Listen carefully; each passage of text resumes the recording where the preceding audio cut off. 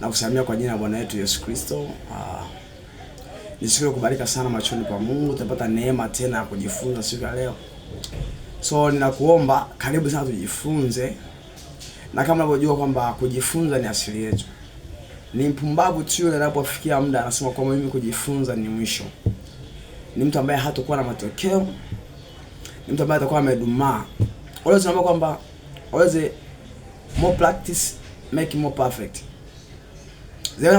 Unapokuwa uko serious sana kuweza kujiongezea maarifa, ndio unapokuwa upo serious sana kuweza kupenya kwenye eneo ambalo unahitaji kupenya. So maarifa ndio yanahitajika sana kwa namna yote ile unapotaka kwenda kuliendea jambo ambalo unalipenda. Always ninachotaka kusema hapa ni kusudi. Always unapokuwa na kusudi ambalo Mungu ameweka ndani yako, ni kipindi cha kuweza kupambana sana kutafuta maarifa kwenye engo.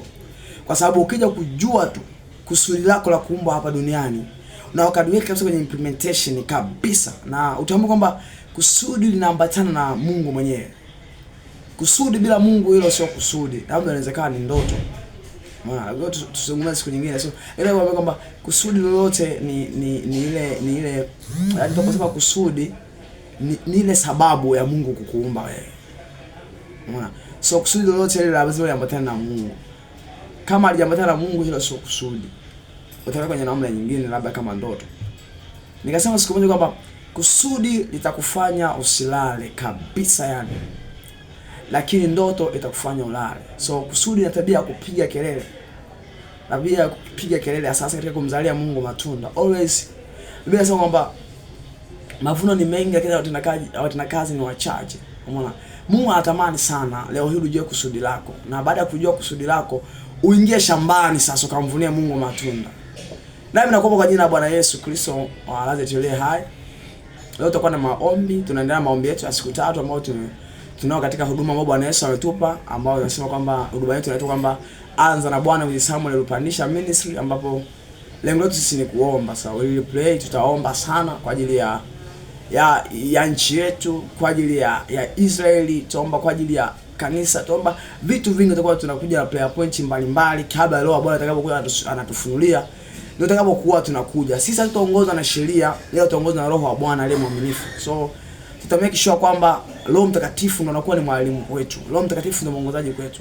Akisema kwamba hili mwanangu usifanye, hili wanangu msifanye, hatutofanya kwa kweli. Akisema kwamba hili mwanangu fanya, tutafanya kwa kweli. So hatutojali mazingira watasema nini. Sisi mimi nasema kwamba mimi ni Manola.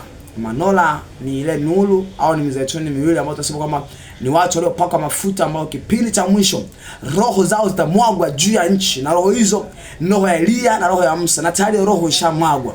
So tumemwagiwa roho ya ni wewe sasa kuweza kudamani kwamba roho iliyopo na ndani ni roho wa Musa, ni roho wa Elia.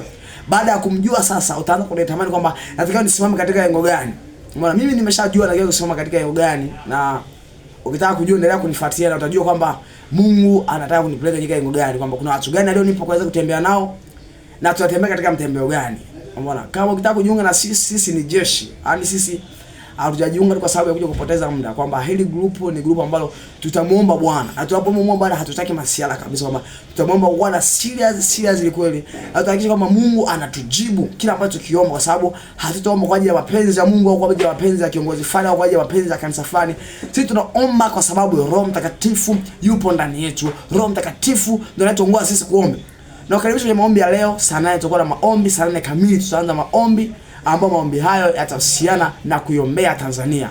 Je, unajua Tanzania inabidi tuiombee kwa sababu gani? Unajua